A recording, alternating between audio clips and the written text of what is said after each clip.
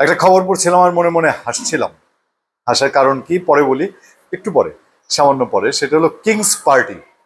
King, রাজা যে party করেন সেই পার্টি কিংস পার্টি। বাংলাদেশের ইতিহাসে বাংলাদেশ বহু দেখেছে। 75 পরবর্তী বঙ্গবন্ধু শেখ মুজিবুর রহমান সময়ে সেটা হয়নি, তিনি বরঞ্চ অনেক পার্টিকে নিষিদ্ধ করে দিয়েছিলেন। 4টি দল ছিল, বাকশাল প্রতিষ্ঠা করেছিলেন। এরপরে কিংস পার্টি বহুত হয়েছে। কিংস পার্টি হওয়ার পরিক্রমা প্রথম শুরু হয় 75 পরবর্তী সাময়িক অভ্যুত্থান, পাল্টা অভ্যুত্থান, সরকার, এই সরকার সেই সরকারের পরে জিয়াউর রহমান যখন ক্ষমতায় আসলেন, তারপর উনি প্রথমে জনতা দল, জাগদল, এইসব করে টোরে তিনি বিএনপি করলেন। ক্ষমতায় থেকেই তিনি বিএনপি প্রতিষ্ঠা করলেন এবং বিএনপিতে তিনি বিভিন্ন দলের লোকজন আনলেন। তবে তার দূরদর্শিতা এবং তার প্ল্যানিং এবং তার মেধার ডিপনেসের কারণে বিএনপি শেষ পর্যন্ত কিংস পার্টির খোঁজ থেকে বেরিয়ে এসে আজকের বিএনপি।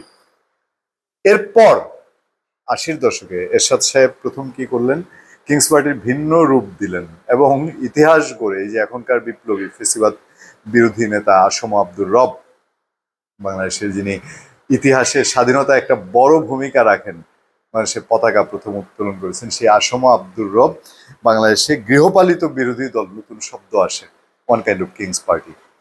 91 বিএনপি সরকারের সময় বা 96 আওয়ামী লীগ সরকারের সময় এই প্রবণতাটা অত একটা দেখা না গেলেও ডিগবাজি এবং পাল্টা ডিগবাজি খুব বেশি ছিল। বিএনপির লোক ডিগবাজি দিত, ইলেকশনের আগে আওয়ামী লীগে যেত, আওয়ামী লীগের লোক ডিগবাজি দিয়ে, মানে রাত ধরেন ঘুমাতে যাচ্ছে আওয়ামী লীগ, ঘুম থেকে উঠেই সে কোন মেশিনে ঢুকে গিয়ে বিএনপি হয়ে যেত। একইভাবে ঘুম থেকে উঠেছে একটা লোক বিএনপি হয়ে, কেমনে কেমনে সন্ধ্যাবেলায় আওয়ামী লীগ হয়ে যেত। এস এ খালেক মারা গেছেন, আপনাদের ইতিহাস জানা নেই অনেকের। প্রথম আলো একটা কার্টুন ছেপেছিল, অসম্ভব কার্টুন।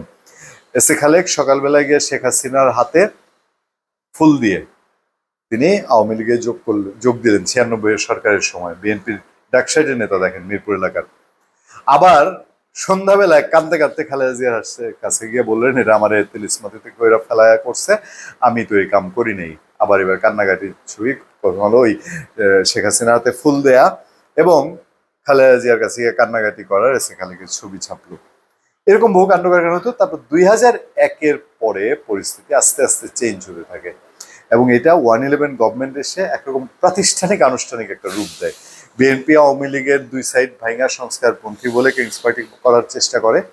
এগুলো ধোপে টিকে নিয়ে ফেরদৌস আহমেদ কোরাইশিকে দিয়ে কিংস পার্টি করার চেষ্টা করে, ধোপে টিকে নিয়ে। শেষ তো কিংস পার্টি ছিল গুলশানের, ওই যে কি আবুল কালাম না, গুলশানের এমপি আছে, গুলশানের মতন মানে পশ জায়গায়, কূটনৈতিক জায়গায় সে এমপি হলো এক লোক। এখন কই নাম ধাম বন্ধ, কিচ্ছু নাই। মনে আছে 2008 ইলেকশনে কিংস পার্টি বলেই হয়েছিল।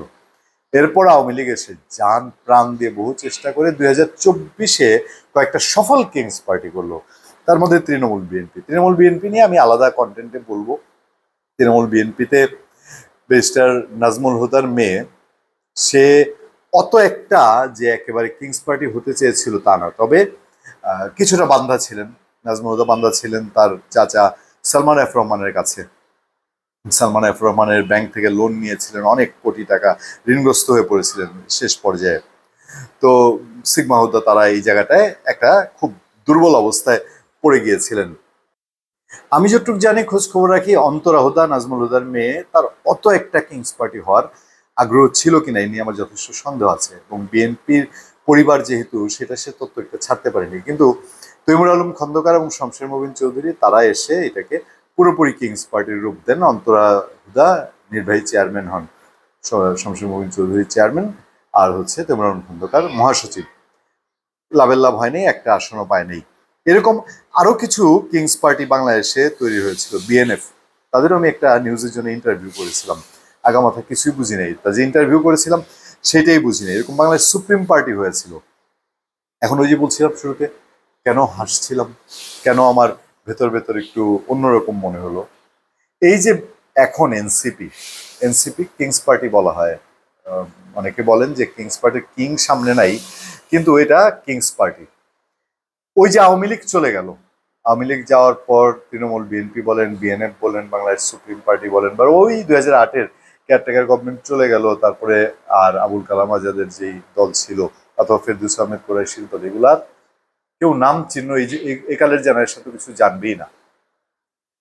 এই যে এনসিপি আজকে doctor Yunus Sarkar today or tomorrow তাকে তো নির্বাচন দিয়ে যেতে হবে। সব বাদ দিলাম, বিএনপির মতো একটা বৃহৎ শক্তি, সেই শক্তি নির্বাচন ছাড়া তো আর বছরের পর বছর থাকবে না। কারণ এই নির্বাচন দেয় না বলেই, মানুষ ভোট দিতে পারে না বলেই তো শেখ হাসিনা বিদায় হয়েছে। এখন যত তরিকাই বের করেন যে 5 বছরের জন্য কেউ প্রধানমন্ত্রী হ্যান তেন, এই তরিকা আদতে বাংলাদেশকে আবার সেই প্রশ্নের মুখে ফেলবে যারা এটা করতে যাবে, এটা তাদের মাথায় তো আছে। সুতরাং নির্বাচন যদি করতেই হয়, ডক্টর ইউনূস যখন থাকবে না, বিএনপি এসে কি এনসিপি কে এইভাবে লালন পালন করে দুধ কলা দিয়ে পোষবে? আমি যদি জামাতে ইসলামের কথাই বলি, জামাতে ইসলামী কি এই এখন পরোক্ষ শাসনও যদি বলেন সেইটা শাসন করার দল, নাকি জামাতে ইসলামী যেভাবে তার সাংগঠনিক চেইন অফ কমান্ড ভিত্তি সাজিয়ে আজকের এই পর্যায়ে এসছে এত এত চ্যালেঞ্জের মধ্যে দিয়ে, সেই পার্টিও বসে থাকবে? তো জামাতে ইসলামী আসলে ধরেন জামাতে ইসলামী বি টিম, ধরলাম এনসিপি, তাহলে কি বি টিম রে সে আবার এ টিম বানানোর মতন পরিস্থিতি করবে? তাহলে যদি কিংস পার্টি এনসিপি হয়, এই কিংস পার্টির ভবিষ্যৎ কি? ধন্যবাদ সবাইকে, ভালো থাকবেন, সুস্থ থাকবেন। সত্য করোনা এবং সহনশীলতার সাথে আপনাদের সাথে আমি আতিকুর রহমান পূর্ণিয়া।